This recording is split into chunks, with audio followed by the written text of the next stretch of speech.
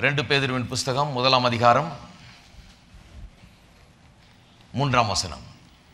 தம்முடைய மகிமையினாலும் காருண்யத்தினாலும் நம்மை அழைத்தவரை அறிகிற அறிவினாலே ஜீவனுக்கும் தேவ பக்திக்கும் வேண்டிய யாவற்றையும் அவருடைய திவ்ய வல்லமையானது நமக்கு தந்திருந்ததுமன்றி இச்சையினால் உலகத்தில் உண்டான கேட்டுக்கு தப்பி திவ்ய சுவாபத்துக்கு பங்குள்ளவர்களாகும் பொருட்டு மகா மேன்மையும் அருமையுமான வாக்குத்தத்தங்களும் அவைகளினாலே நமக்கு அருளப்பட்டிருக்கிறது.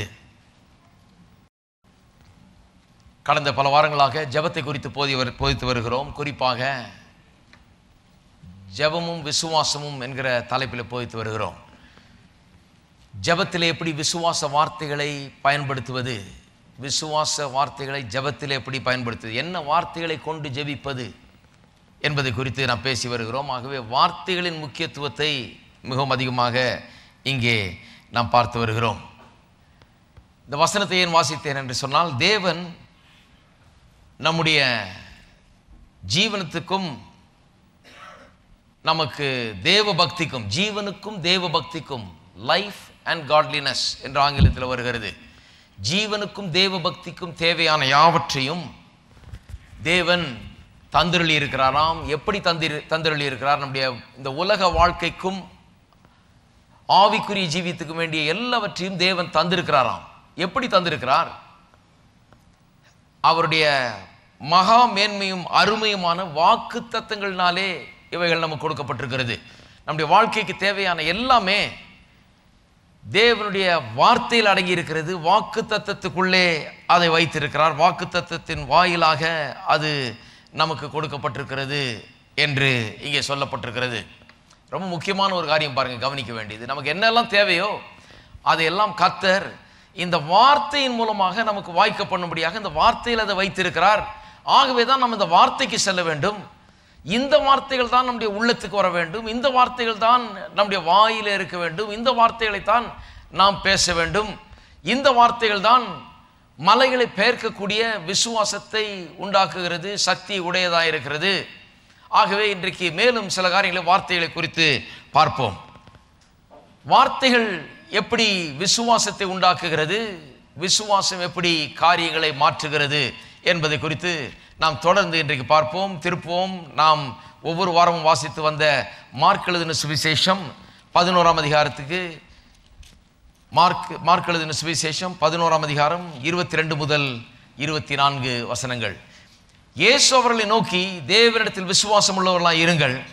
எவனாகிலும் இந்த மலையை பார்த்து நீ பெயர்ந்து சமுத்திரத்திலே தள்ளுண்டு போ என்று சொல்லி தான் சொன்னபடியே நடக்கும் என்று தன் இருதயத்தில் சந்தேகப்படாமல் விசுவாசித்தால் அவன் சொன்னபடியே ஆகும் என்று மெய்யாகவே உங்களுக்கு சொல்லுகிறேன்.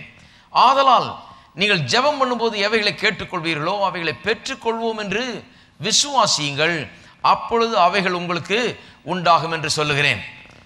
வார்த்தைகள் எப்படி ஜெபத்தில் வேலை செய்கிறது என்பதை குறித்த மாபெரும் போதனை இது. இயேசுவின் போதனைகள், அதாவது விசுவாசத்தை குறித்தும் ஜெபத்தை குறித்தும் அவர் போதித்த போதனைகளிலே மிக முக்கியமான ஒரு பகுதி இது. என்ன சொல்லுகிறார்? எவனாகிலும் இந்த மலையை பார்த்து நீ பெயர்ந்து சமுத்திரத்தில் தள்ளுண்டு போ என்று சொல்லி தன் இருதயத்தில் சந்தேகப்படாமல் விசுவாசித்தால் அவன் சொன்னபடியே ஆகும். ஆதலால் நீங்கள் ஜெபம் பண்ணும்போது எவைகளை கேட்டுக்கொள்வீர்களோ அவைகளை பெற்றுக்கொள்வோம் என்று விசுவாசியுங்கள், அப்பொழுது அவைகள் உங்களுக்கு உண்டாகும் என்று சொல்லுகிறார். இங்கே பல காரியங்களை நாம் கவனிக்க வேண்டும்.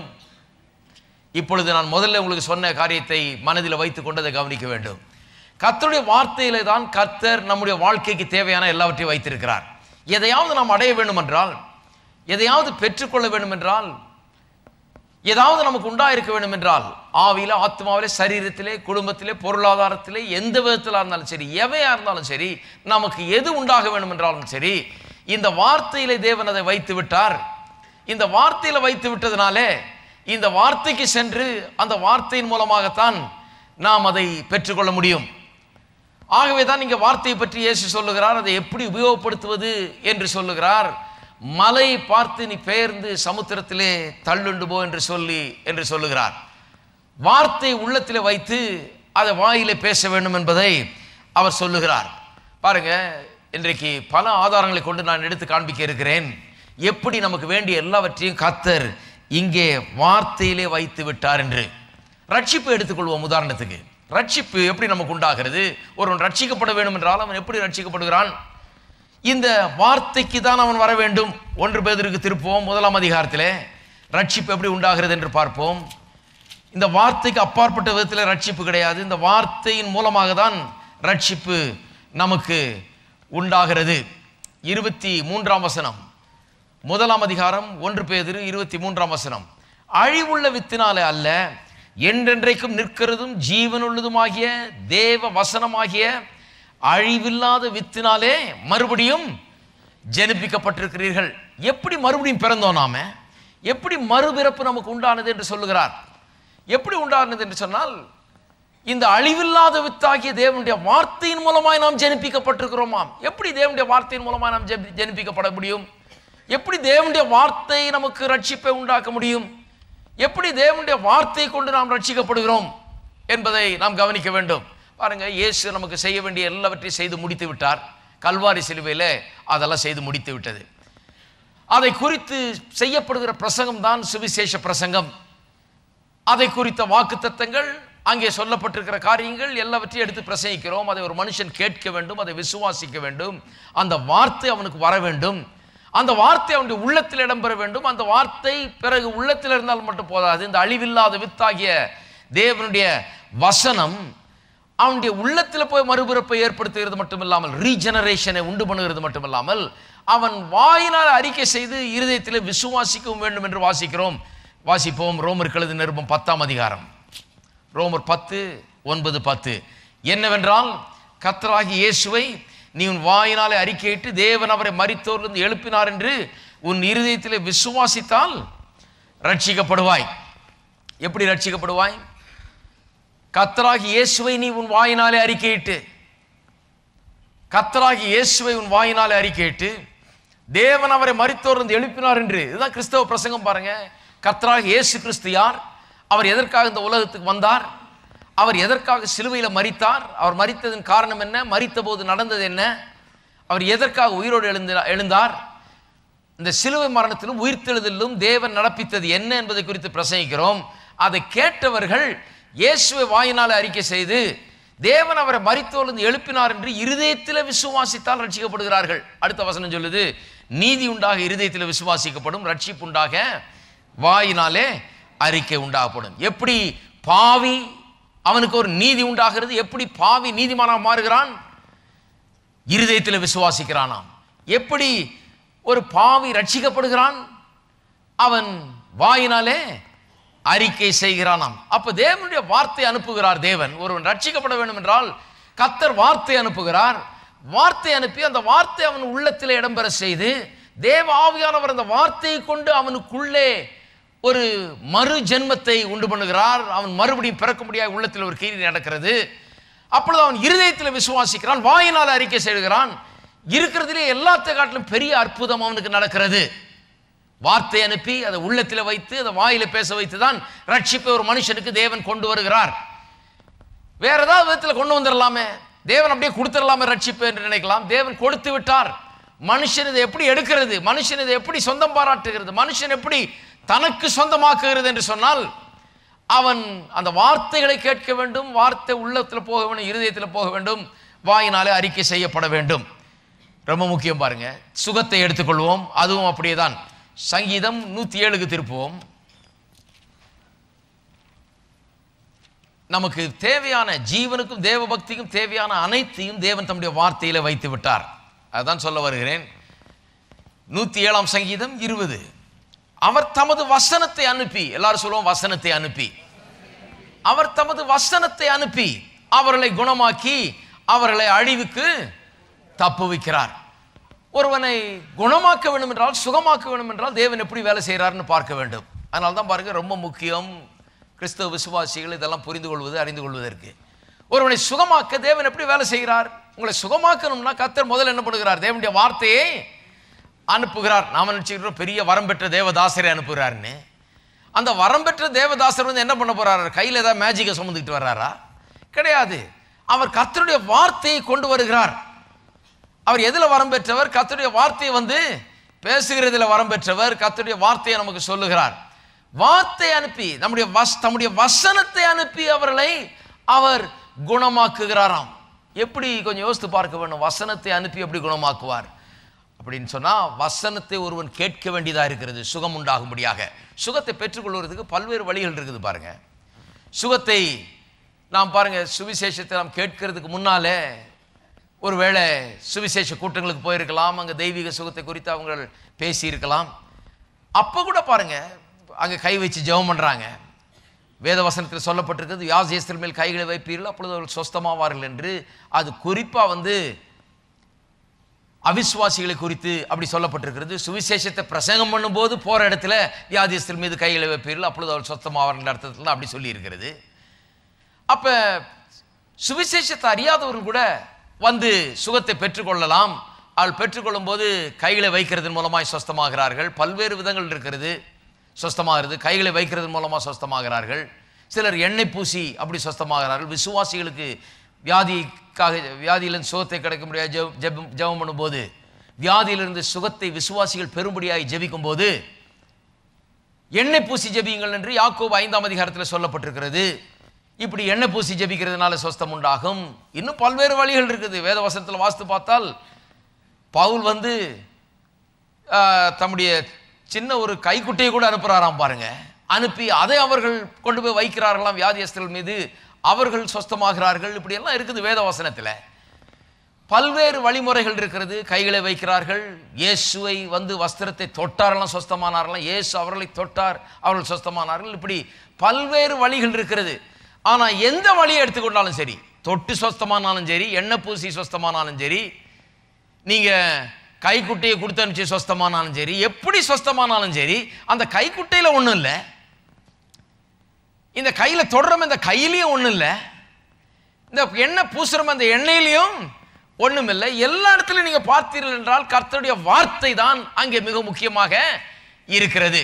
உலகமெங்கும் சென்று சகல ஜாதிகளுக்கு சுவிசேஷத்தை பிரசங்கியுங்கள் என்று சொல்லிட்டு அப்புறம் தான் சொல்றாரு, வியாதியஸ்தர் மேல் கைகளை வையுங்கள் அப்பொழுது அவர்கள் சொஸ்தமாவார்கள். சும்மா போய் வியாதியஸ்தர் மேல் அப்படியே கை வச்சுக்கிட்டே போங்க அவங்க சொஸ்தமாவார்கள் இல்லை, முழுமையாக வாசிக்க வேண்டும். போய் சுவிசேஷத்தை அறிவித்து, இயேசு யார் என்பதை அறிவித்து, கல்வாரி சிலுவையில் அவர் என்ன செய்திருக்கிறார் என்பதை குறித்து அறிவித்து, சுகமாக்குவது தேவனுடைய சித்தம் என்பதை குறித்து அறிவித்து, அதன் பிறகு என்ன பண்ண சொல்றாரு, வியாதியஸ்தர் மீது கைகளை வைக்கிறார். வெறும் தலையில வெறும் கையை வச்சுட்டு வந்துடக்கூடாது. அந்த வெறும் தலைக்குள்ள ஒரு இன்ஃபர்மேஷன் போக வேண்டியதாக இருக்குது.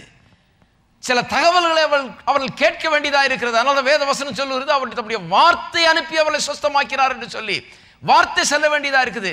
நீங்க கையை வச்சு ஜெபம் பண்ணுங்க, எண்ணெய் பூசி ஜெபம் பண்ணுங்க, கைக்குட்டை அனுப்புங்க, என்ன விதம் பண்ணுங்க, ஆனால் வார்த்தை இல்லாமல் அங்கே சுகம் உண்டாக முடியாது. அப்போ அந்த வசனத்தில் பார்த்தீங்கன்னா மார்க் 16ஆம் அதிகாரத்தில் வியாதியஸ்தர் மேல் கைகளை வைப்பீர்கள் அப்பொழுது சொஸ்தமாவீர்கள் சொல்லுவதுக்கு முன்னால சுவிசேஷத்தை போய் அறிவியுங்கள், இயேசு யார் என்பதை அறிவியுங்கள், அவர்களை சீஷராக்குங்கள், சர்வ சிருஷ்டிக்கு சுவிசேஷத்தை அறிவியுங்கள் சொல்லிட்டு அப்புறம் தான் சொல்றாரு வியாதியஸ்தர் மேல் கைகளை வையுங்கள் என்று.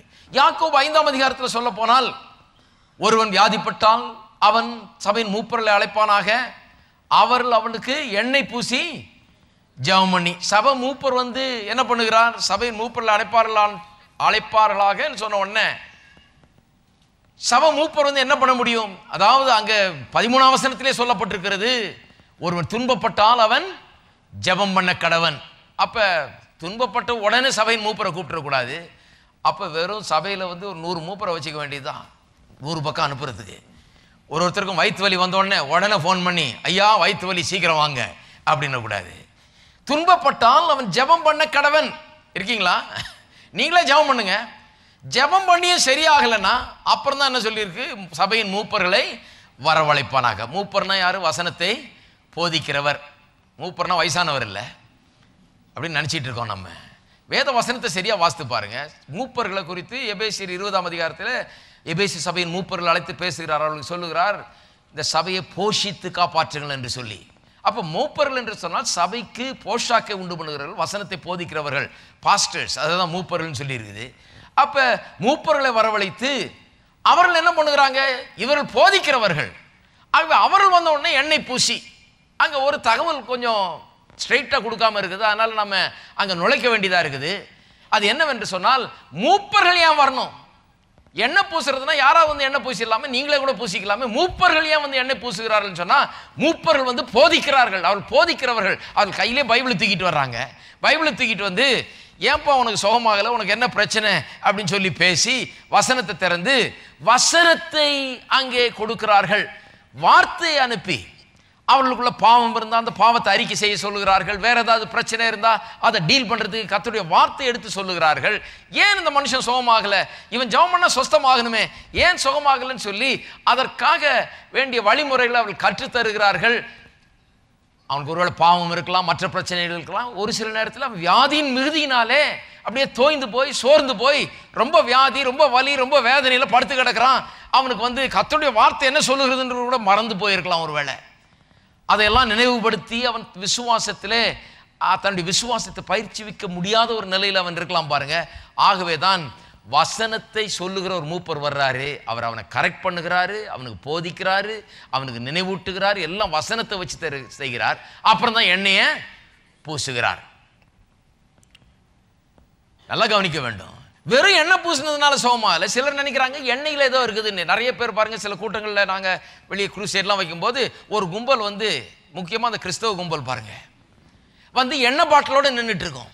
அன்றைக்கி எண்ணெய் கடையிலலாம் நல்ல வியாபாரம் போல் இருக்கு. எல்லாம் ஃபுல்லாக நூற்றுக்கணக்கான மக்கள் எண்ணெய் பாட்டிலை வச்சுட்டு ரெடியாக அப்படி நிற்பாங்க. ஐயா இந்த எண்ணெய் கொஞ்சம் ஜெபம் பண்ணி கொடுங்க. எனக்கு ஜெபம் பண்ணுங்கன்னு சொன்னால் பரவாயில்ல, எண்ணெய்க்கு ஜெபம் பண்ணுங்கன்னா எண்ணெய்க்கெல்லாம் ஜெபம் பண்ணுறதுக்காக நாங்கள் இருக்கிறோம். எண்ணெய்க்கு ஜெபம் பண்ண சொல்லி வேதத்தில் சொல்லவில்லை. எண்ணெய்க்கு ஜெபம் கிடையாது, உங்களுக்கு தான் ஜெபம். எண்ணெய்க்கு எப்படி ஜெபம் பண்றது? எண்ணெய்க்கு என்ன நோயா? அது நல்ல எண்ணெய். அது எண்ணெயில ஒன்றும் இல்லை. அது விளக்கெண்ணெய் தடவினாலும் ஒன்று தான், நல்லெண்ணெய் தடவினாலும் ஒன்று தான், ஒலிவ எண்ணெய் தடவினாலும் ஒன்று தான்.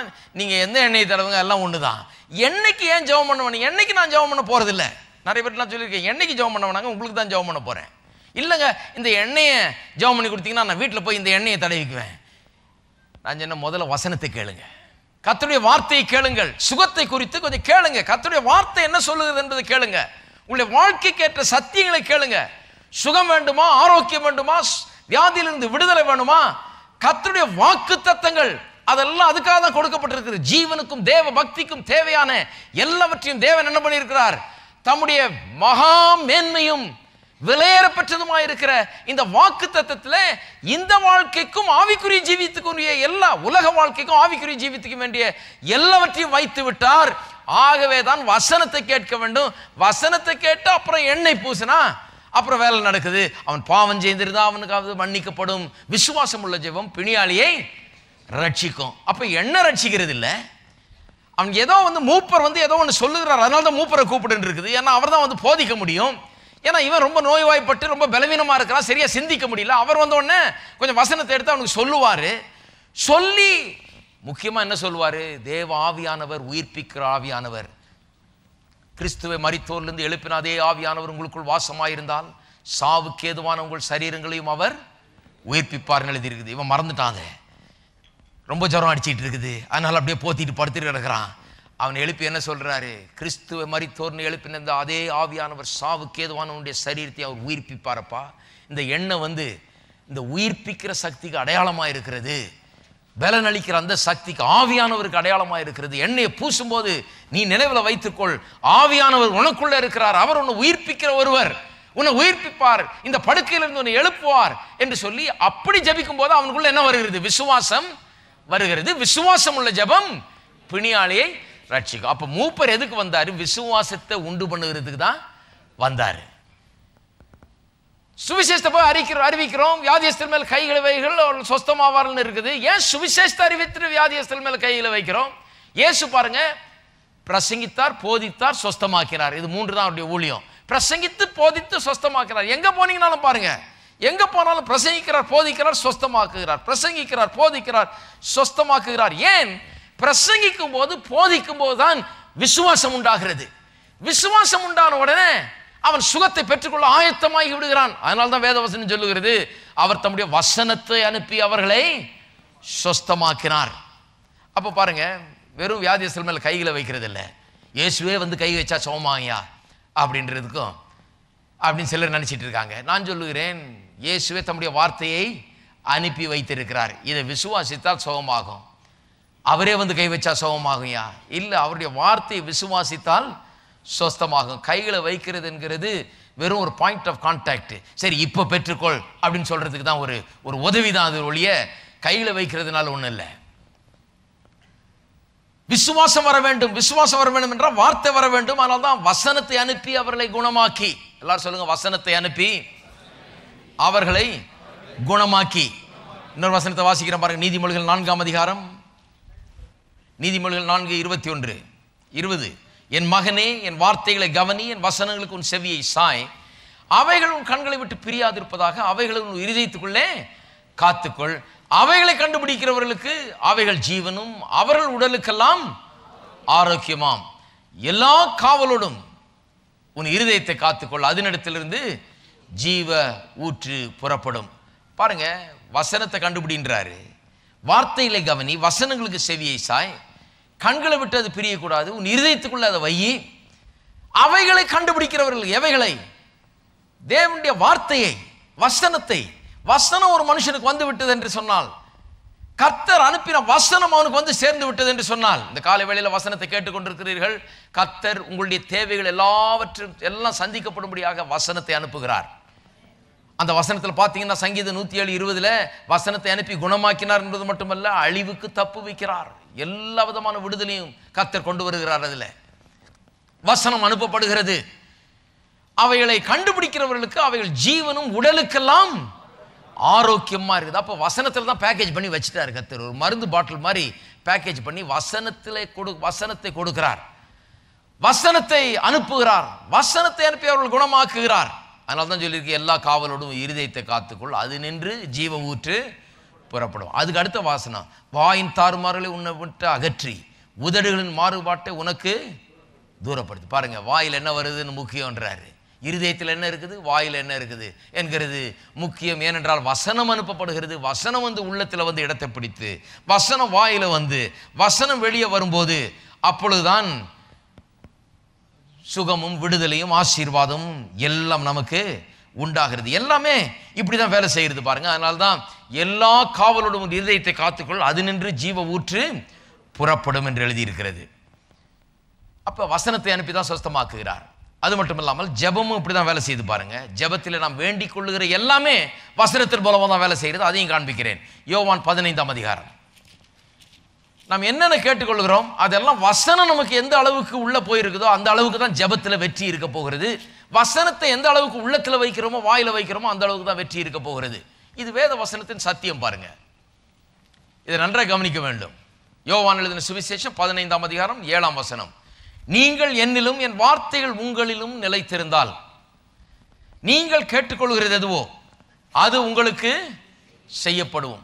கேட்டுக்கொள்கிறது எதுவோ, வாட் எவர் யூ ஆஸ்க், ஆங்கிலத்தில் அருமையா சொல்லியிருக்கு, வாட் எவர் யூ ஆஸ்க், எதை கேட்டுக்கொண்டாலும். நம்ப முடியுதா? எல்லாரும் சொல்லுவோம், எதை கேட்டுக்கொண்டாலும், எதை கேட்டுக்கொண்டாலும். எதை கேட்டுக்கொண்டாலும் உடனே நிறைய பேருக்கு ஒரு பிரச்சனையா எடுத்து பாருங்க. அது எப்படி, எதை வேணா கேட்டுக்கலாமா, எதை வேணா கிடைக்குமா? அதனால தான் முதலே சொல்லிட்டாரு, நீங்கள் என்னிலும் என் வார்த்தைகள் உங்களில் நிலைத்திருந்தால். இது எப்பேற்பட்ட மனுஷனுடைய ஜெபத்தை குறித்து இங்கே பேசுகிறார்னு சொன்னா, கர்த்தருடைய வார்த்தை அந்த மனுஷனுக்கு வந்துருச்சு. அவன் வந்து ஏதோ வாயை திறந்து என்னத்தையோ அப்படியே லேபர் பண்ணி கொண்டு இல்லை, அப்படியே வார்த்தைகளை விட்டு கொண்டு இல்லை.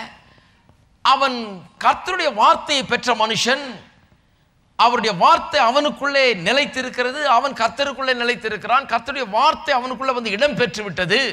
அவனுடைய சுகத்துக்காக, அவனுடைய விடுதலைக்காக, அவனுடைய செழிப்புக்காக, அவனுடைய ஆசீர்வாதத்துக்காக, எல்லாவற்றுக்காகவும் கர்த்தருடைய வார்த்தையை அவன் பிடித்து கொண்டான். வார்த்தை வந்து விட்டது.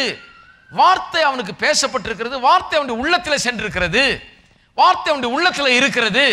ஆகவே இந்த மனுஷன், இந்த வார்த்தையுடைய மனுஷன், இப்பொழுது அவன் கேட்டுக்கொள்ளுகிறது எதுவோ, வார்த்தை உள்ள போயிட்டு என்னென்ன வாக்குத்தத்தம் பண்ணி இருக்கிறாரோ கர்த்தர், என்னென்ன சொல்லி இருக்கிறாரோ, என்னென்னத்தை நான் பெற்றுக்கொள்ள வேண்டும் என்று சொல்லி இருக்கிறாரோ, என்னென்ன எனக்கு கொடுக்கிறேன்னு சொல்லி இருக்காரோ, அவ்வளவத்தையும் நான் கேட்டு அதை விசுவாசித்து, அதை பற்றிய ஒரு விசுவாசம் எனக்குள்ள உண்டான பிறகு நான் கேட்டுக்கொள்ளுகிறது எதுவோ.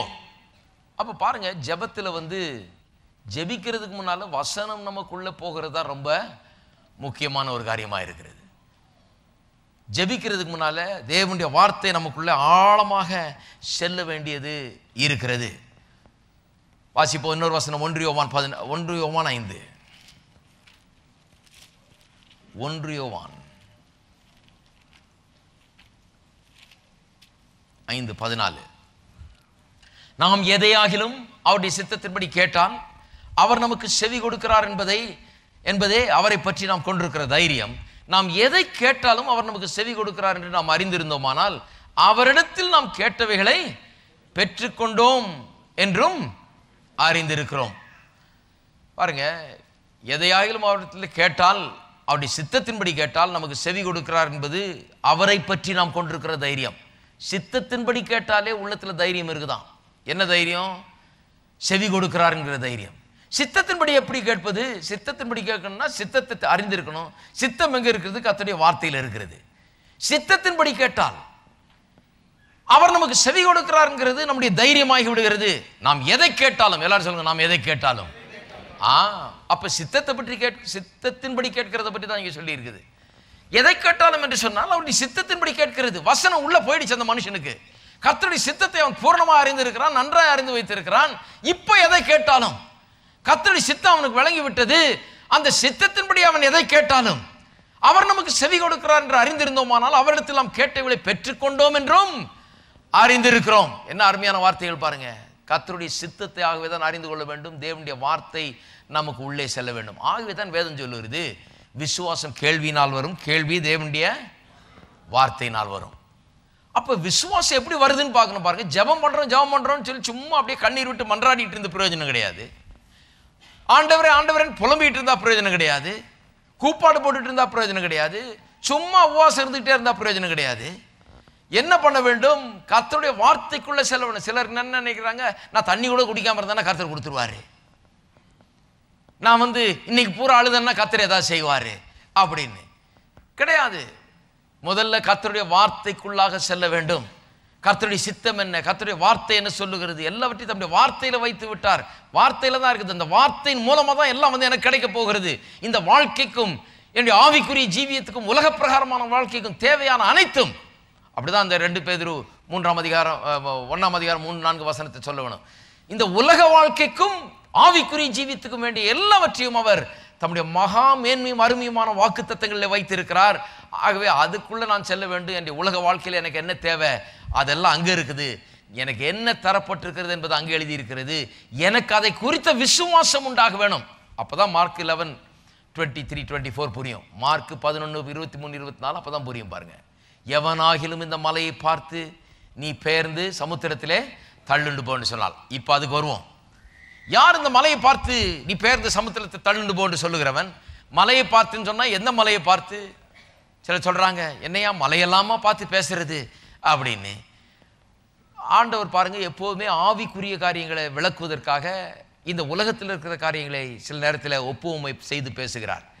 மலைன்னா நகர்த்த முடியாத ஒரு பெரிய ஒரு இது நிற்கிற மாதிரி இருக்குது. ஏன் அதை சொல்றாருன்னு சொன்னா, நம்முடைய வாழ்க்கையில மலை போன்ற பிரச்சனைகள் இருக்குது. நம்முடைய பிரச்சனைகள், நம்முடைய சூழ்நிலைகளை பற்றி தான் அப்படி பேசுறாரு. மலையை நகர்த்துறது ஒரு பெரிய காரியம் இல்லை. ஒரு புல்டோசரை கொண்டாந்தா தவிடுபடி ஆகிட்டு போயிடுவாங்க. இப்பெல்லாம் மலையை நகர்த்துறதுக்காக ஒரு பெரிய ஜபம் பண்ணிட்டு இருக்க வேண்டியது இல்லை இப்போ. ஆனால் வாழ்க்கை பிரச்சனையை எந்த புல்டோசரை கொண்டாந்து நகர்த்துவீங்க?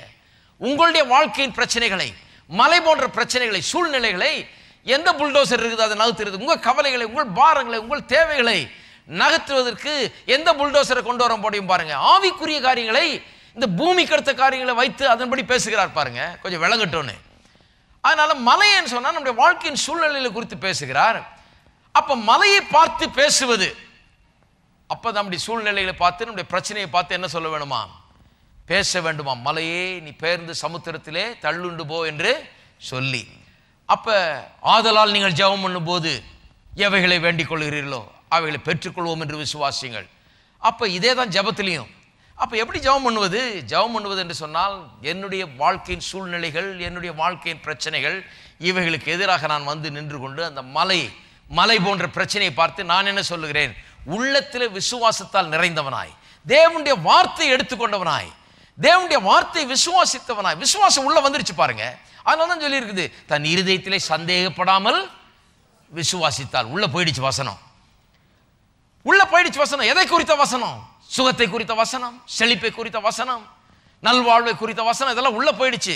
ஆகவே தான் சொல்லி சந்தேகப்படாமல் விசுவாசித்தால். தள்ளுண்டு போ என்று சொல்லி தான் சொன்னபடி ஆகும் என்று சந்தேகப்படாமல் விசுவாசித்தால். இப்ப சந்தேகப்படாமல் விசுவாசிக்க முடியுது. ஏன்னா வசனம் உள்ள போயிடுச்சு. நாளுக்கு நாள் வசனத்தை கேட்டு கேட்டு கேட்டு அதை பேசி பேசி பேசி அதை வாயில வைத்து வைத்து பாடி பாடி அதை தியானித்து தியானித்து வசனம் உள்ள போய்விட்டது. வசனம் நல்ல உள்ள இறங்கிட்டபடினாலே, இந்த காரியங்களை நான் தீவிரமாக விசுவாசிக்கிறபடினாலே, என்னுடைய நல்வாழ்வை நான் விசுவாசிக்கிறபடினாலே, சுகத்தை விசுவாசிக்கிறபடினாலே, செழிப்பை விசுவாசிக்கிறபடினாலே, உள்ளத்தில் விசுவாசத்தில் நிறைந்தவனா இப்ப என்ன பண்ணுகிறேன்? வாயில பேச ஆரம்பிக்கிறேன். மலையை பார்த்து என்ன பேசுகிறேன்? மலையே, நீ என்னை தடுத்து நிறுத்த முடியாது, நீ எனக்கு குறுக்க நிற்க முடியாது. வறுமை என்கிற மலையே, இல்லாமை என்கிற மலையே, பற்றாக்குறை என்கிற மலையே, என்னுடைய முன்னேற்றத்தை நீ தடுக்க முடியாது. நான் முன்னேறி செல்வேன், நாளுக்கு நாள் நான் முன்னேறி செல்வேன். என்னை தடுத்து நிறுத்த முடியாது, எந்த சூழ்நிலை என்னை தடுத்து நிறுத்த முடியாது. அப்ப நான் எப்படி ஜெபம் பண்ணணும்? பிரச்சனையின் மத்தியில, என்னுடைய வறுமையின் மத்தியில, இல்லாமையின் மத்தியில, பிரச்சனைகள் மத்தியில நான் எப்படி ஜெபம் பண்ணணும்? நிறைய பேர் மலையை பார்த்து தான் பேசிட்டு இருக்கிறாங்க. மலையெல்லாம் பார்த்து பேசுறதான்னு சொல்றாங்க இல்லையா? ஆனா மலையை பார்த்து தான் டெய்லி பேசிட்டு இருக்காங்க. அவங்க மலையை பார்த்து, கடன் என்னும் மலையை பார்த்து எப்படி பேசுறாங்க? இந்த கடன்லயே நான் முழுகிடுவேன் போல இருக்குங்க, இந்த கடனை என்னைக்கு கட்டி என்னைக்கு நான் மீள்றது, இந்த கடன்லயே நான் அழிஞ்சு போயிடுவோம் போல இருக்குது, என் வாழ்நாள் முழுக்க கட்டினா கூட இந்த கடன் தீரவே தீராது போல இருக்குது. கடன் கடன் கடன் கடன் கடன், வாழ்க்கையே கடன் ஆகி போச்சு. கடன்லயே சிக்கி தவித்து கொண்டிருக்கிறேனாக்க நான். ஆண்டவரே, கடன் கடன் பிரச்சனை என் தலைக்கு மேல வெள்ளம் போய்கிட்டு இருக்கு ஆண்டவரே, நான் மூழ்கி கொண்டிருக்கிற ஆண்டவரே. இப்படிதான் ஜெபம் நிறைய பேருக்கு. அவங்க என்ன பண்றாங்க? மலையை பார்த்து பேசிக்கிட்டே இருக்கிறாங்க. இந்த மலை பெருசாகிட்டே இருக்குது. கடன் என்கிற மலை பெருசாகிட்டே இருக்குது, வியாதி என்கிற மலை பெருசாகிட்டு இருக்குது. டாக்டர் சொல்லிட்டாரு, ஆண்டவரே இன்னும் 3 மாசம் தான் சொல்லிட்டாரு. ஆண்டவரே, நான் என்ன பண்ண போறேன்? என் பிள்ளைகள் என்ன பண்ணுவேன்? என் பெண்டாட்டி என்ன பண்ணுவேன்? என் புருஷனை என்ன பண்ணுவேன்? வீட்டை என்ன பண்ணுவேன்? ஆண்டவரே, நான் சாக போகிறேனே. இப்படிதான் சிலர் பாருங்க, மலையை பார்த்து தான் பேசிட்டு இருக்காங்க. மலையை பார்த்து என்ன பேசணுமோ அதை பேசல, தப்பான விதத்தில் பேசிட்டு இருக்கிறாங்க. என்ன கேட்டிருக்கிறாங்க? அவங்க டாக்டருடைய வார்த்தையை கேட்டிருக்கிறாங்க, அவருடைய ரிப்போர்ட்டை வாசித்திருக்கிறாங்க, தங்களுடைய கடன் ப்ரொஃபைலை வாசித்திருக்கிறாங்க. அது என்ன சொல்லுதுன்னு இந்த பேப்பர்லாம் வாசித்தாச்சு, கோர்ட்டில் இருந்து வந்து வாசித்தாச்சு, எல்லாம் வாசித்தாச்சு. எல்லாத்தையும் வாசித்து வச்சுக்கிட்டு அதை மனப்பாடம் பண்ணிக்கிட்டு அதையே ஆண்டவர்கிட்ட சொல்லி சொல்லி சொல்லி அதை கையில் தூக்கிட்டு போய் எல்லார்ட்டையும் கொடுத்து, இதுக்காக கொஞ்சம் ஜெபம் பண்ணுங்க சார். எதுக்காக ஜெபம் பண்ணுறது? இந்த பேப்பரில் எழுதியிருக்கு பாருங்க, அதுக்காக ஜெபம் பண்ணுங்க. சரி, நான் என்ன பண்ண வேண்டும்? என்னுடைய வறுமையிலையும் இல்லாமையிலும் நான் எப்படி ஜெபிக்க வேண்டும்? ஆண்டவரே, இந்த பற்றாக்குறை என்கிற பிரச்சனை என்னுடைய வாழ்க்கையில் இப்பொழுது இருந்து கொண்டிருக்கிறது. ஆனால் நீர் என்னுடைய எல் ஷதாய் தேவனாயிருக்கிறீர், போதுமானவருக்கு மிகவும் அதிகமானவர் என்று வேதம் சொல்லுகிறதே. நான் உம்மை நம்பி இருக்கிறவன், நான் உம்முடைய பிள்ளை, எனக்கு பற்றாக்குறை கிடையாது. கொடுங்கள், அப்பொழுது உங்களுக்கு கொடுக்கப்படும். அமுக்கி குலுக்கி சரிந்து விழும்படி மனிதர்கள் உங்கள் மடியில் கொண்டு வந்து போடுவார்கள். எந்த அளவினால் அளக்கிறீர்களோ அந்த அளவினால் உங்களுக்கு அளக்கப்படும் என்று எழுதியிருக்கிறதே. மெய்யாகவே உங்களுடைய வார்த்தையின்படி நான் கொடுத்திருக்கிறேன், உங்களுடைய வார்த்தையின்படி நான் வாழ்கிறேன், உங்களுடைய வார்த்தையின்படி நான் செய்கிறேன், நான் கொடுத்திருக்கிறேன். ஆகவே எனக்கு கொடுக்கப்படும். இயேசுவின் நாமத்திலே சிறுக விதைத்தால் சிறுக அறுப்பான், பெருக விதைத்தால் பெருக அறுப்பான் என்று சொல்லி இருக்கிறதே. நான் பெருக விதைத்திருக்கிறேன், ஆகவே பெருக அறுப்பேன். இயேசுவின் நாமத்தினாலே பெரிய விளைச்சலை என்ற வாழ்க்கையிலே நான் காண்பேன். இந்த பற்றாக்குறையெல்லாம் அடித்து கொண்டு போகிற அளவுக்கு என் வாழ்க்கையில ஆசீர்வாதத்தின் வெள்ளம் கரை புரண்டு ஓடும் என்று நான் விசுவாசிக்கிறேன். ஆண்டவரே, எல்ஷதாயாகிய தேவனே, யெகோவா ஈரே தேவனே, உமக்கு ஸ்தோத்திரம். எனக்கு போதுமானவருக்கு மிகவும் அதிகமானவராக இருக்கிறீரே, உமக்கு ஸ்தோத்திரம். ஹலோ, இருக்கிறீங்களா?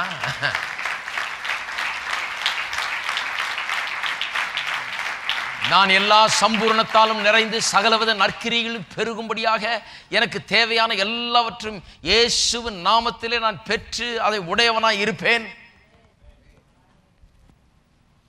குறைச்சல் எனக்கு இல்லை, தாழ்ச்சி எனக்கு இல்லை. கர்த்தர் மெய்ப்பராய் இருக்கிறார், நான் தாழ்ச்சி அடையேன்.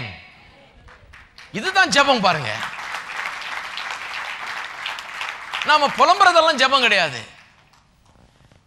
அதனால தான் சொல்றேன், ஜெபம் பண்றதுன்றது சும்மா போய் ஏதோ அழுதுட்டு இருந்து பிரயோஜனம் கிடையாது. முதல்ல வார்த்தை நிரப்ப வேண்டும். எந்த அளவுக்கு நிரப்ப வேண்டும்?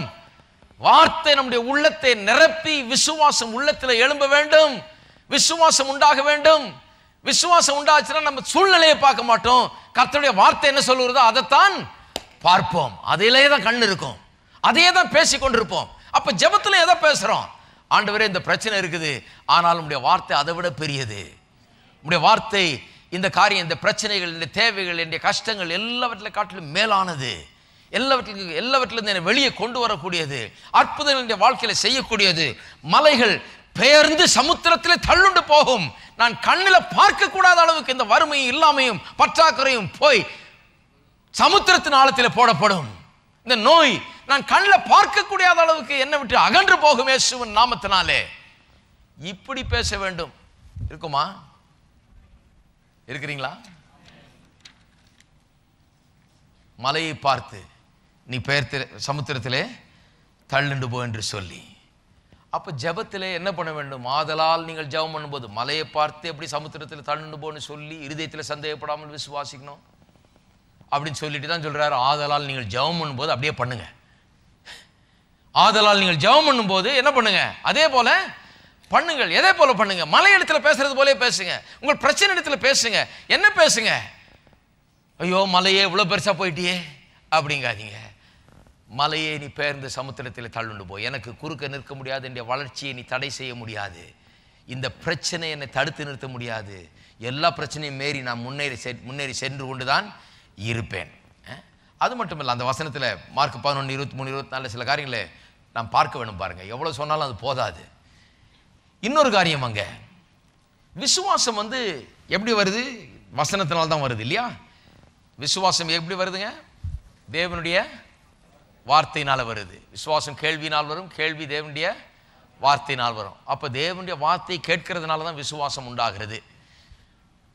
தேவனுடைய வார்த்தையில பாருங்க, விசுவாசத்தை கர்த்தர் வைத்துட்டார். இதுதான் அங்க பெரிய வல்லமை. ஏன் வார்த்தைன்றோம்? ஏன் வார்த்தை சரியா இருக்கணும், எந்த வார்த்தையை பேசுறோங்கிறது முக்கியன்றதை ஏன் வலியுறுத்திக்கிட்டு இருக்கிறோம்னா, ஏன் இந்த மகா மேன்மையும் அருமையுமான வாக்கு தத்தங்களுக்குள்ளாக நம்முடைய உலக வாழ்க்கைக்கும் ஆவிக்குரிய ஜீவித்துக்கு தேவையான எல்லாத்தையும் வச்சுட்டாருன்னு சொல்றோம்னு சொன்னா, அந்த வார்த்தைக்குள்ள, இந்த வார்த்தையின் மேன்மை இதுதான் பாருங்க. வார்த்தையினால விசுவாசம் உண்டு, வார்த்தையை கேட்கிறதுனால விசுவாசம் உண்டான்னு சொல்றோமே. இந்த வார்த்தையினுடைய மேன்மை என்னன்னா, கர்த்தருடைய ஒவ்வொரு வார்த்தைக்குள்ளாகவும் அதை அப்படியே பலிக்க பண்ணக்கூடிய வல்லமை இன்பில்ட்டா இருக்குது. இருக்கிறீங்களா? கொஞ்சம் யோசித்து பாருங்க. அதை கர்த்தருடைய ஒவ்வொரு வார்த்தைக்குள்ளாகவும் அந்த ஒவ்வொரு வார்த்தையும் நிறைவேற்றி முடிக்கக்கூடிய வல்லமை அதுக்குள்ளேயே இருக்கிறது.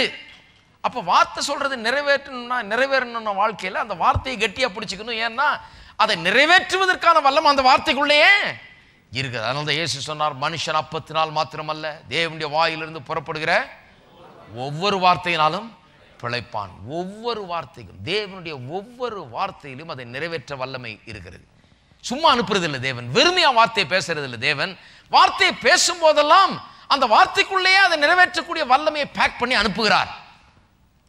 அதனால்தான் மரியாளத்தில் தேவதூதன் சொன்ன போது மரியாள் கேட்கிறார், நான் இன்னும் புருஷனை அறியேன். அவர் சொல்லுகிறார், இல்லை பரிசுத்தாவின் மூலமாய் நீ கற்பந்தரிப்பா என்று.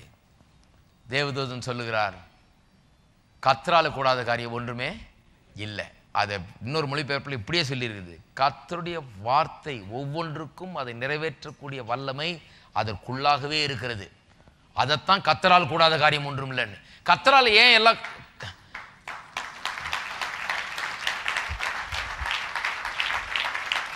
கர்த்தரால கூடாத காரியம் ஒன்றும் இல்லைன்னு ஏன் சொல்றோம்னு தெரியுமா? ஏன்னு சொன்னா, கர்த்தர் சொல்லிட்டா அந்த சொன்ன வார்த்தை அப்படியே நிறைவேற்றுவதற்கான வல்லமை அது உள்ளே வந்துடுது, பேக்கேஜா வந்துடுது, அவ்வளவுதான். ஆக அவர் வாய்த்தரன்னு சொல்லிட்டா முடிஞ்சு போச்சு, அது நடந்த மாதிரி தான். அது இதைத்தான் நான் ரொம்ப வலியுறுத்தி சொல்லி கொண்டு வருகிறேன். வாயை திறந்து கர்த்தர் சொல்லிட்டா அதை நிறைவேற்றக்கூடிய வல்லமை அது உள்ளே இருக்குது.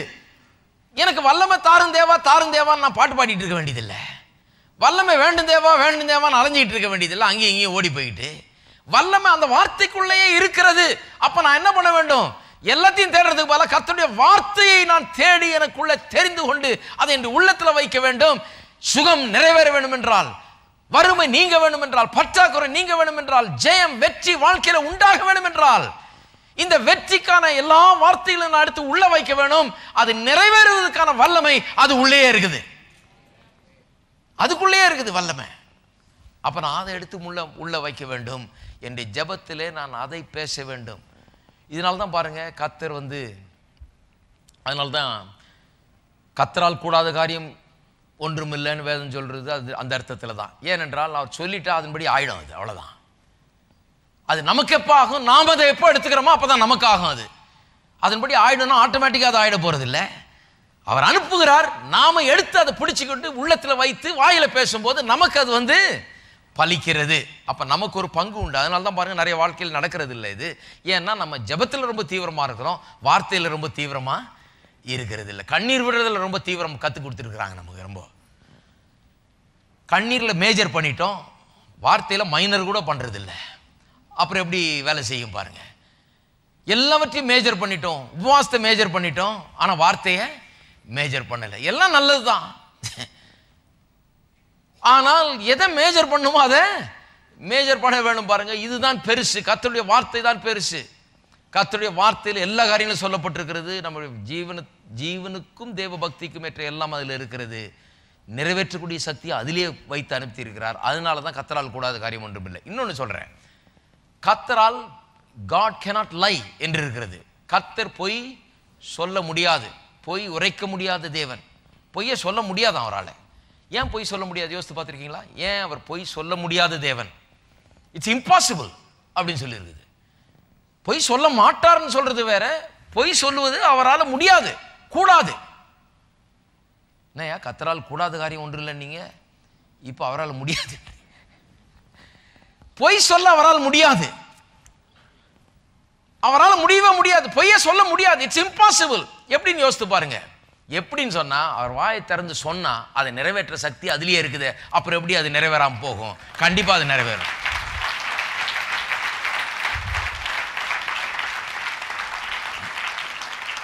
இதெல்லாம் கொஞ்சம் யோசிச்சு பார்க்க வேண்டும் நாம.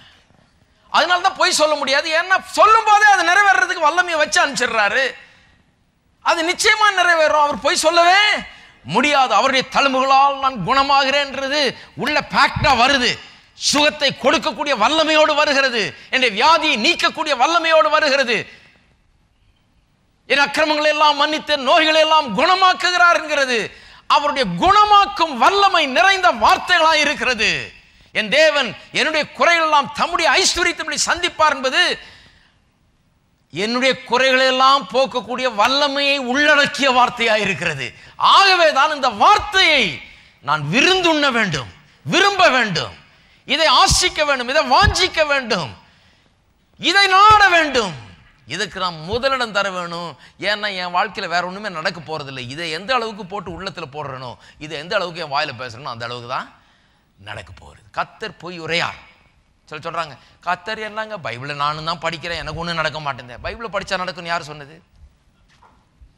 ஹலோ, கிறிஸ்தவர்களை கொஞ்சம் ஷாக் பண்ணால் தான் சரியா இருக்கும். நானும் பைபிளை படிக்கிறேன், ஒன்றும் நடக்கவே மாட்டேந்தியா? ஆமையா, நிறைய பேருக்கு நடக்க மாட்டேந்தியா. நீ இன்னிலிருந்து நித்தியத்துக்கு பைபிளை படித்தாலும் ஒன்றும் நடக்காது. பைபிளை படித்தா நடக்கும்னு சொல்லியிருக்குல்ல. பைபிளை படிக்கும்போது என்ன அறிவோடு படிக்கிறீங்க, என்ன வெளிப்பாடோடு படிக்கிறீங்க, எப்படி அதை எடுத்துக்கொள்கிறீர்கள், இந்த வார்த்தைகளை உங்களுடைய உள்ளத்தில் வைக்கிறீர்களா? இது ஜீவனுள்ள வார்த்தைகள், இது வல்லமை உள்ள வார்த்தைகள், ஜீவ வார்த்தைகள், சுகத்தையும் நல்வாழ்வையும் பிறப்பிக்கக்கூடிய வார்த்தைகள் இவைகள். அது உள்ளே அதனுடைய வல்லமெல்லாம் இருக்குது, பேக்டா வந்திருக்குது. சொன்னது அப்படியே நிறைவேறும் என்று சொல்லி அப்படியே எடுத்துக்கொள்கிறீர்களா? அதை அப்படியே உள்ளத்தில் வைத்து பத்திரப்படுத்துகிறீர்களா? உன் இருதயத்தை எல்லா காவலோடும் காத்துக்கொள், அது நின்று ஜீவ ஊற்று புறப்படும் என்று சொல்லி இருக்குது. அதுக்கு முன்னால தான் சொல்லி இருக்குது. என்ன சொல்லி இருக்குது? இதை கண்டுபிடிக்கிறவர்களுக்கு அவர்கள் உடலுக்கெல்லாம் ஆரோக்கியம். அப்போ அந்த வார்த்தையை பற்றி தான் சொல்லி இருக்குது. வார்த்தையை உள்ளத்தில் வச்சு அதை பத்திரமா காத்துக்கொள். இது எல்லா வெற்றியும் நமக்கு தருகிறது. அப்போ எந்த விதத்தில் படிக்கிறோம்? நான் சும்மா 2 சாப்டர் படித்ததுனால ஏதோ நடக்குன்னு நினச்சிங்கன்னா, கர்த்தர் ஏதோ டெய்லி கேலண்டர் மாதிரி வச்சு 2 சாப்டர் படித்து விட்டார் என்னார் அப்படின்னு அட்டெண்டன்ஸ் போடுற மாதிரி நினச்சிட்டு இருக்கிறாங்க இவங்க. அப்படி கிடையாது. கர்த்தர் சொல்லிட்டார், அப்பா உனக்கு என்ன நடக்க போகிறதுன்றது இனிமேல் என்னை பார்த்து ஒவ்வொன்று ஓலமிட்டுக்கிட்டு இருக்காத. நான் வார்த்தையை அனுப்பிவிட்டேன், வசனத்தை அனுப்பிவிட்டேன். சுகத்தின் வசனத்தை, நிறைவின் வசனத்தை, செழிப்பின் வசனத்தை, விடுதலின் வசனத்தை அனுப்பிவிட்டேன். நீ அதை வச்சு என்ன பண்ண போறியோ அதுதான் உனக்கு நடக்க போகிறது. நீ அதை எப்படி விசுவாசிக்க போற, எப்படி உள்ளத்தில் வைக்க போற, எப்படி பேச போற, உன்னுடைய மலைகளை பார்த்து ஏன்னா நீ ஒரு குழந்தை கிடையாது, நீ ஒரு மிஷின் கிடையாது, நீ ஒரு பூச்சி கிடையாது உனக்கு நான் வந்து உதவி செய்யறதுக்கு. நீ என்ன என்னை போல உண்டாக்கப்பட்ட மனுஷன். நீ உன்னுடைய மலைகளை பார்த்து நீ பேத்த சமுத்திரத்தில் தள்ளுண்டு போ என்று சொல்லி உன்னுடைய இருதயத்திலே சந்தேகப்படாமல் விசுவாசிக்கிற அளவுக்கு இந்த வார்த்தையை உள்ளத்தில் வைத்து அதை நீ விசுவாசித்து அதை பற்றி கொண்டால் நீ சொன்னபடியே ஆகும். இதை பற்றி எவ்வளவு சொன்னாலும் தீராது எனக்கு.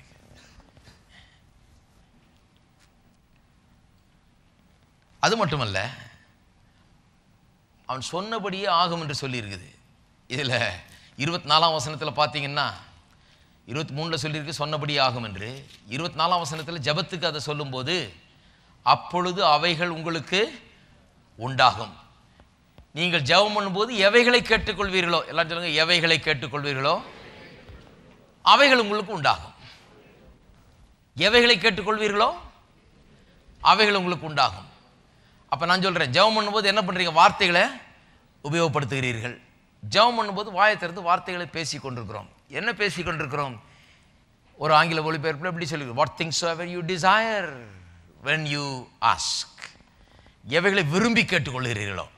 அப்ப ஜெபத்தில் வாயை திறக்கும் போது என்னத்தை கேட்கிறோம்? எவைகளை விரும்புகிறோமோ அதைத்தான் கேட்டுக்கொண்டிருக்கிறோம். எவைகளை விரும்புகிறோமோ அதைத்தான் கேட்டுக்கொண்டிருக்கிறோம்.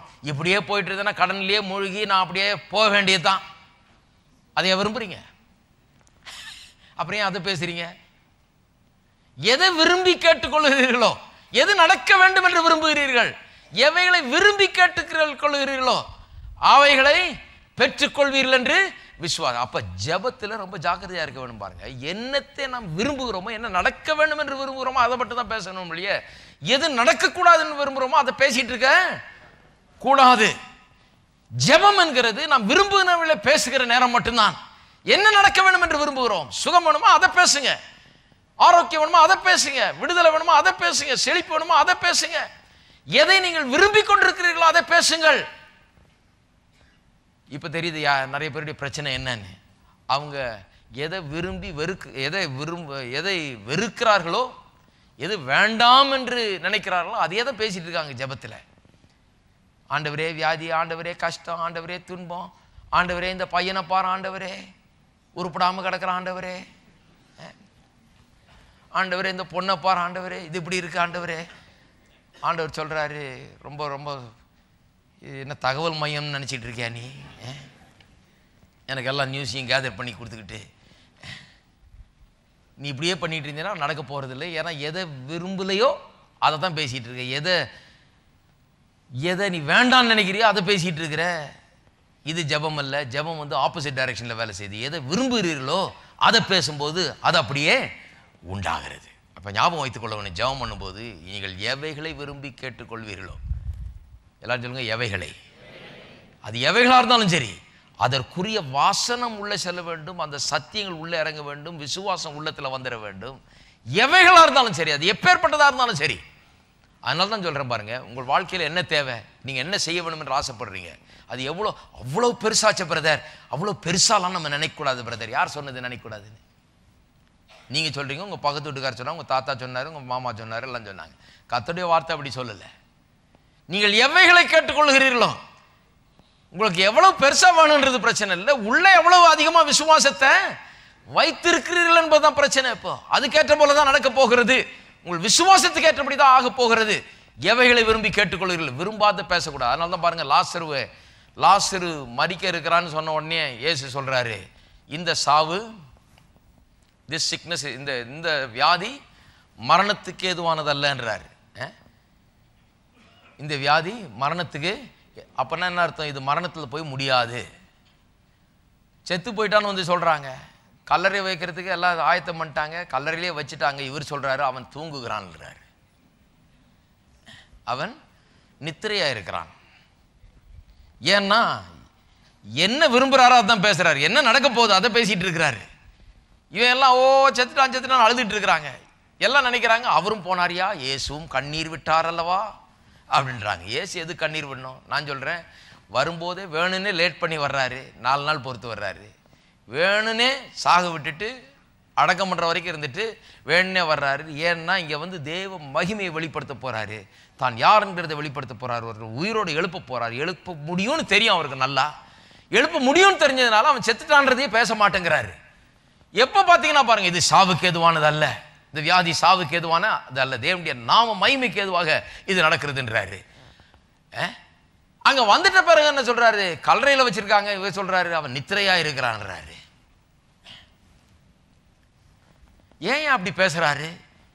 ஏன் அப்படி பேசுகிறாருன்னா, என்ன விரும்புகிறாரோ அதுதான் பேசுகிறாரு, என்னத்தை பார்க்க போகிறாரோ அதை பேசிகிட்டு இருக்கிறார், என்ன நடக்க போகுதுன்னு அவருக்கு தெரியுமோ அதை பேசிகிட்டு இருக்கிறார், அதை பூரண நிச்சயமாக நம்புகிறார், அவரால் எழுப்ப முடியும்னு தெரியும், அதை முழு நிச்சயமாக நம்பி கொண்டிருக்கிறார், அதான் பேசி கொண்டிருக்கிறார். எதை விரும்புகிறாரோ அதான் பேசுகிறார் பாருங்க. அப்புறம் அதை போய் அப்படியே செய்கிறார். அப்போ ஜெபத்தில் வந்து எதை விரும்புகிறோமோ அதைத்தான் பேசணும் ஒழிய மீதி எல்லாம் பேசி பிரயோஜனம் கிடையாது. ஜெபம் என்று விரும்புகிறதை பேசுகிறதின் நேரம். வார்த்தைக்குள்ள தேவனுடைய சக்தி வல்லமை இருக்கிறது. எல்லாம் நம்முடைய உலக வாழ்க்கை, ஆவிக்குரிய வாழ்க்கை, வாழ்க்கையின் எல்லா ரீதியிலும் நமக்கு தேவையான எல்லாவற்றையும் கொடுக்கக்கூடிய சக்தியும் வல்லமையும் தேவனுடைய வார்த்தைக்குள்ள இருக்குது. அதனால வார்த்தையை எடுத்து உள்ளத்தில் வைக்க வேணும். உள்ளத்தில் வைத்து விட்டு அதை வாயினால் பேச வேண்டும். பாருங்க, வாட்ஸ்எவர் he saith, அவன் அவன் சொன்னதெல்லாம் அப்படியே ஆகும், அவன் சொன்னபடியே ஆகும். அவன் எவைகளை கேட்டுக்கொள்கிறானோ அவைகளை பெற்றுக்கொள்கிறான், அவைகளும் அவனுக்கு உண்டாகும் என்று சொல்லப்பட்டிருக்கிறது. இதில் முக்கியமாக கவனிக்க வேண்டியது என்னன்னு சொன்னால், வெறும் ஜெபத்தில் மட்டுமல்ல, எல்லா நேரத்திலும் நாம் என்ன பேசுகிறோமோ அதுதான் நடக்க போகிறது. எவைகளை நாம் பேசுகிறோமோ அப்படிதான் நடக்க போகுது. எவனாலும் மலையை பார்த்து பேர்ந்து சமுத்திரத்தில் தள்ளுண்டு போ என்று சொல்லி தன் இருதயத்தில் சந்தேகப்படாமல் விசுவாசித்தால், சொன்னபடி ஆகும் என்று விசுவாசித்தால் அவன் சொன்னபடியே ஆகும்.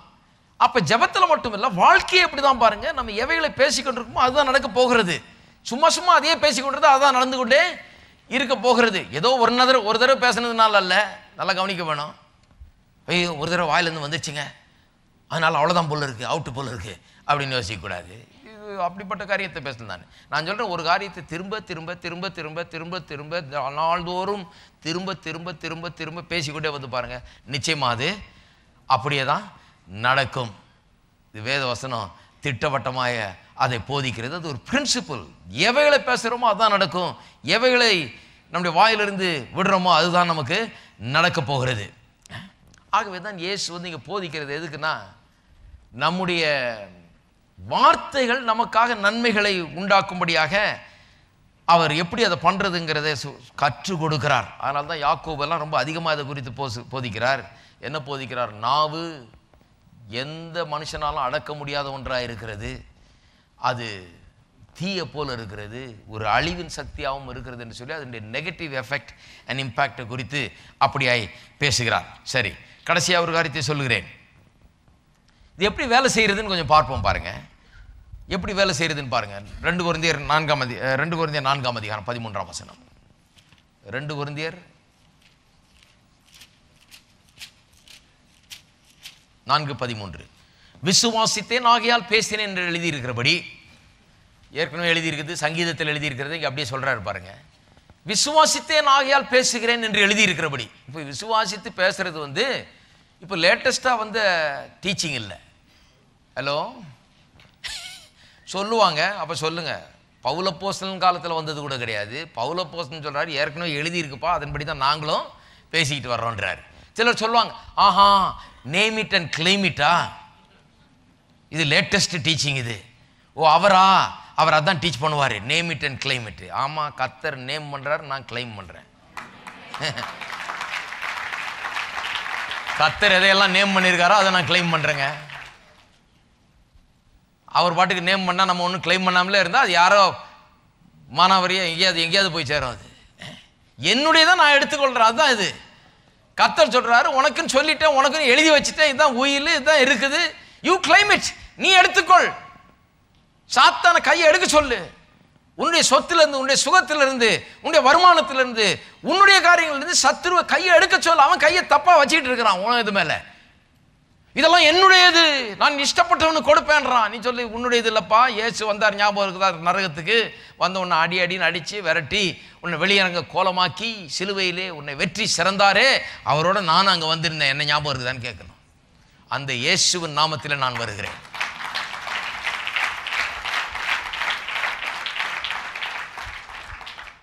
அப்போ இந்த விசுவாசித்தேன் ஆகையால் பேசுகிறேன்றது வந்து லேட்டஸ்ட் டீச்சிங் இல்லைங்க. சிலர் இப்படி சொல்லிட்டு இருக்காங்க பாருங்க, இவங்களுக்கு வழங்காதனால.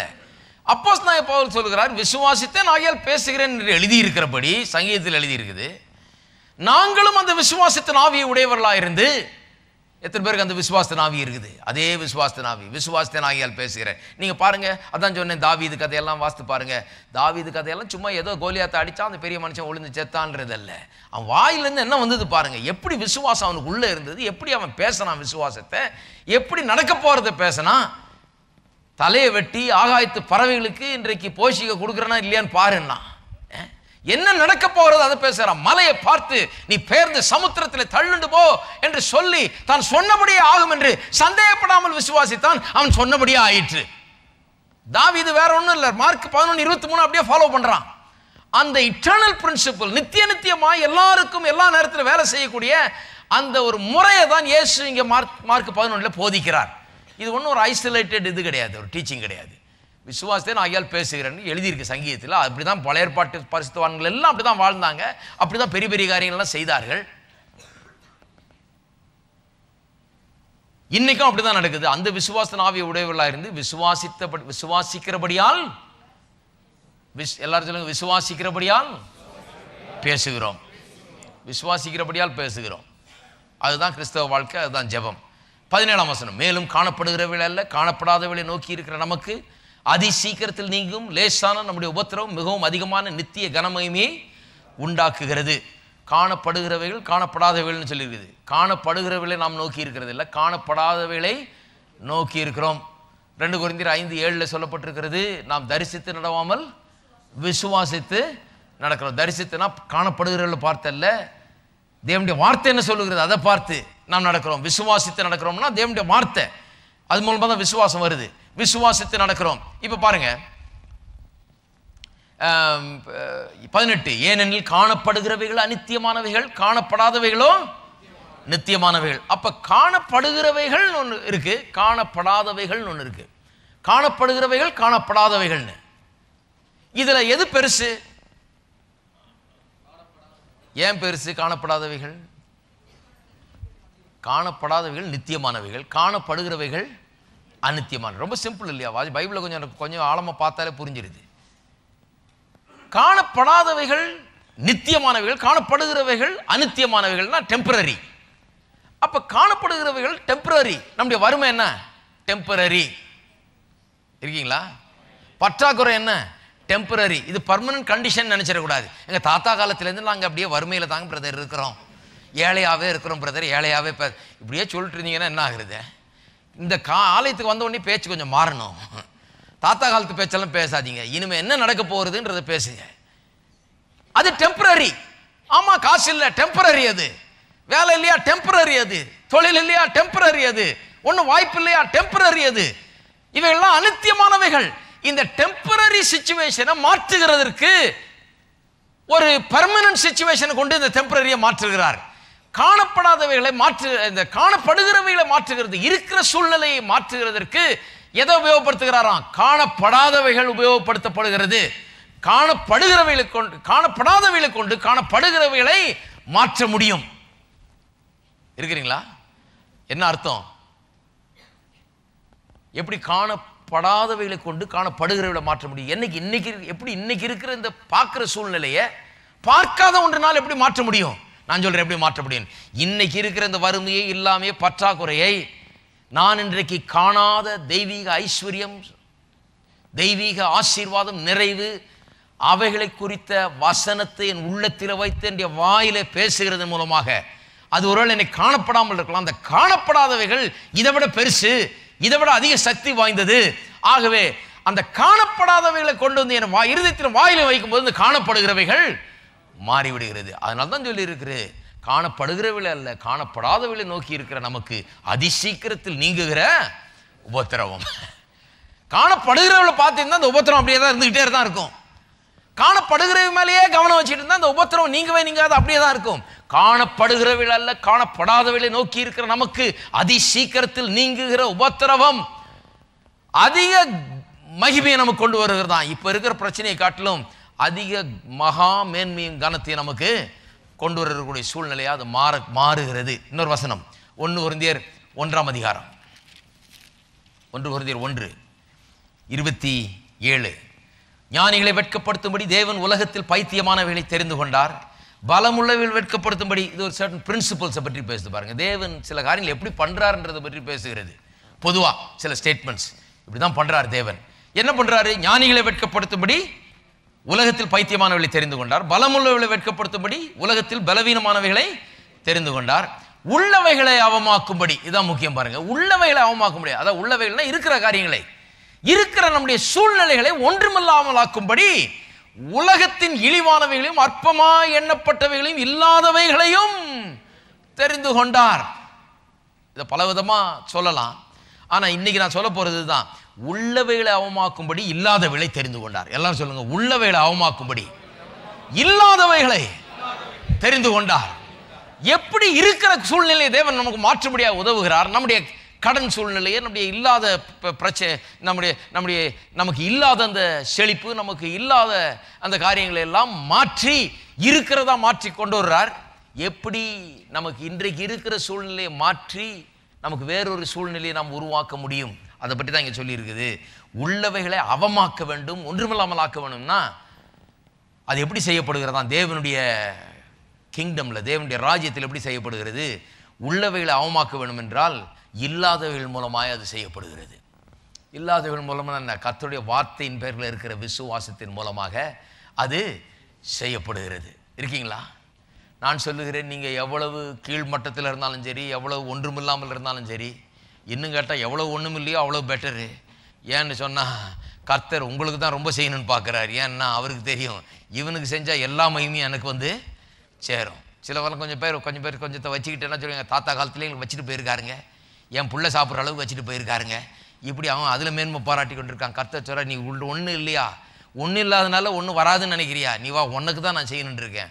ஒன்றும் இல்லாதவனை அந்த அடிமட்டத்திலேருந்து உன்னை வானம் உயர வரைக்கும் உனக்கு தூக்க நான் சித்தம் கொண்டிருக்கிறேன். உனக்கு தான் அது ரொம்ப சுலபமாக நடக்கும்.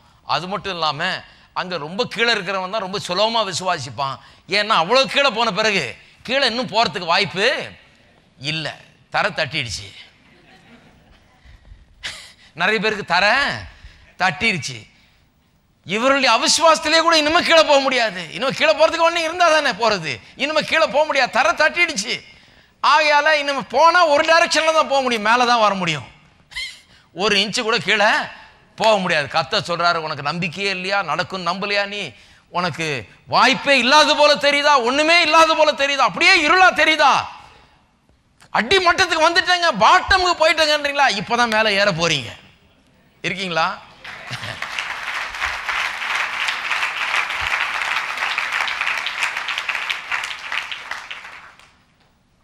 ஆகவே எவ்வளவு இல்லைன்னு பயந்துக்கிட்டு புலம்பிக்கிட்டு இருக்கிறீங்களோ அவ்வளவு ஞாபகம் வைத்துக் கொள்ளுங்கள். கர்த்தருடைய வார்த்தை உள்ள வைத்தீர்கள் என்றால் மேலே வரலாம். கர்த்தருடைய வார்த்தை ஒரு பெரிய கயிறு மாதிரி கீழந்து மேலே ஏறி வர்றது, படிப்படியாக ஏறி மேலே வந்து விடலாம். அதனால தான் கர்த்தர் தம்முடைய வார்த்தை அனுப்பி அவளை சொஸ்தமாக்கினார். அந்த குஷ்டரோகி பாருங்க, அவன் வந்து இயேசுகிட்ட சொல்கிறான், உமக்கு சித்தமானால் என்னை சொஸ்தமாக்கும். அவனுக்கு ஒன்றுக்கு புரிஞ்சிருச்சு, இவர் சொஸ்தமாக்க முடியும் இவரால், ஆனால் இவர் சித்தம் உண்டா இவருக்கு, இவர் செய்வாரா? வர்றான் பாருங்க. வந்த உடனே ஏசு என்ன பண்றாரு, அவர் தொடுறாரு. தொட்ட உடனே ஒன்றும் ஆகலை. ஏன் ஒன்றும் ஆகலை?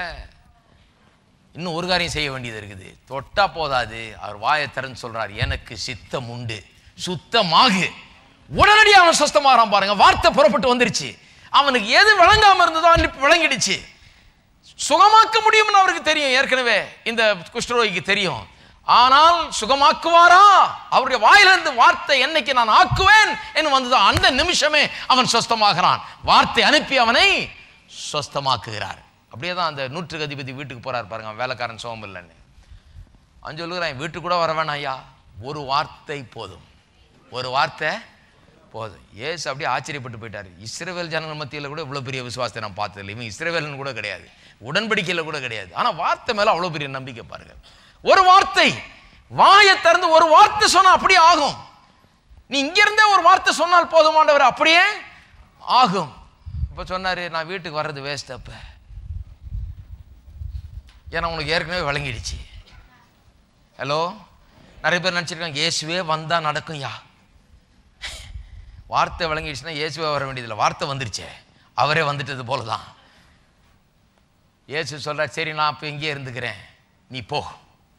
வசனத்தை வாசித்து பாருங்கள், மத்தேயு 8 இருக்குது. நீ போ, உன்னுடைய விசுவாசத்தின்படியே உனக்கு ஆகக்கூட. அந்த க்ஷணப்பொழுதிலே அவன் சொஸ்தமானான்னு எழுதியிருக்குது. எந்த நேரத்தில் வார்த்தை புறப்பட்டு வந்ததோ, எந்த நேரத்தில் வார்த்தை வெளிப்பட்டதோ, அந்த நேரத்தில் அவன் சொஸ்தமானான். பாருங்க, அதனால தான் வார்த்தை ரொம்ப முக்கியம். ஜெபத்தில் முக்கியமான காரியம் இருக்கும் என்றால் அது கர்த்தருடைய வார்த்தை. ஏன் முக்கியம்? அதுக்குள்ளே எல்லாத்தையும் வச்சுட்டார் கர்த்தர்.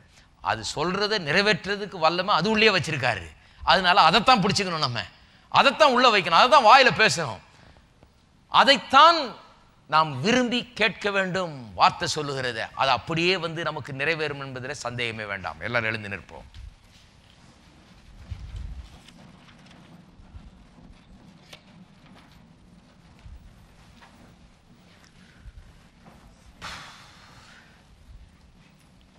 ஆமென். எல்லாரும் கரங்களை உயர்த்துவோம். எல்லாரும் சொல்லுவோம், கர்த்தருடைய வார்த்தையிலே அதை நிறைவேற்றக்கூடிய வல்லமை அதற்குள்ளாகவே இருக்கிறது. அவருடைய ஒவ்வொரு வார்த்தையும் அப்படியே நிறைவேறும். அதை நிறைவேற்றக்கூடிய வல்லமை, அதை பலிக்க பண்ணக்கூடிய வல்லமை அதற்குள்ளே கர்த்தர் வைத்திருக்கிறார். அவ வார்த்தை எனக்குள்ளே வருமானால், என் இருதயத்தில் வைக்கப்படுமானால், என் வாயிலே அது அறிக்கை பண்ணப்படுமானால் அது அப்படியே ஆகும். ஆகவே என்னுடைய நல்வாழ்வை, என்னுடைய சுகத்தை, என்னுடைய ஆரோக்கியத்தை, என்னுடைய நீடிய வாழ்வை, என்னுடைய செழிப்பை, என்னுடைய ஆசீர்வாதத்தை என்னுடைய குடும்பத்தின் மீதும், என்னுடைய தொழிலின் மீதும், என்னுடைய எல்லாவற்றின் மீதும் நான் பேசுகிறேன். தேவனுடைய வார்த்தையை பேசுகிறேன். தேவனுடைய வார்த்தை அப்படியே என் மீதும் என் சந்ததி மீதும் வந்து பலிக்கும். எத்தனை பேர் விசுவாசிக்கிறீங்க?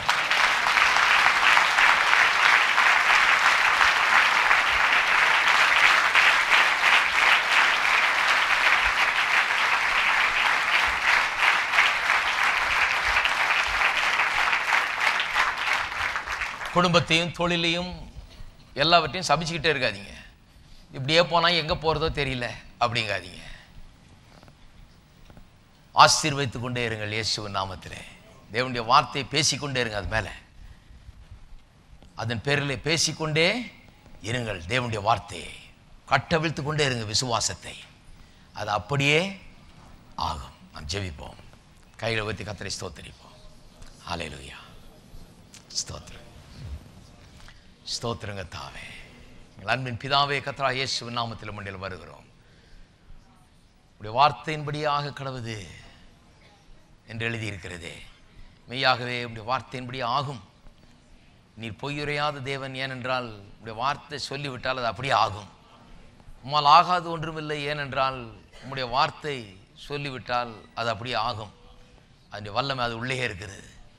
இந்த காரியங்களை புரிந்து கொள்ளங்களுக்கு உதவி செய்யும். உடைய வார்த்தையின் மேன்மையை, அதன் வல்லமையை, அதன் அதிகாரத்தை, அதன் ஆற்றலை புரிந்து கொள்ள ஒவ்வொருவருக்கும் உதவுங்க தாவே. வார்த்தை லேசான ஒரு காரியம் அல்ல. ஒரு வார்த்தை போதும் சொஸ்தமாக்குகிறதுக்கு.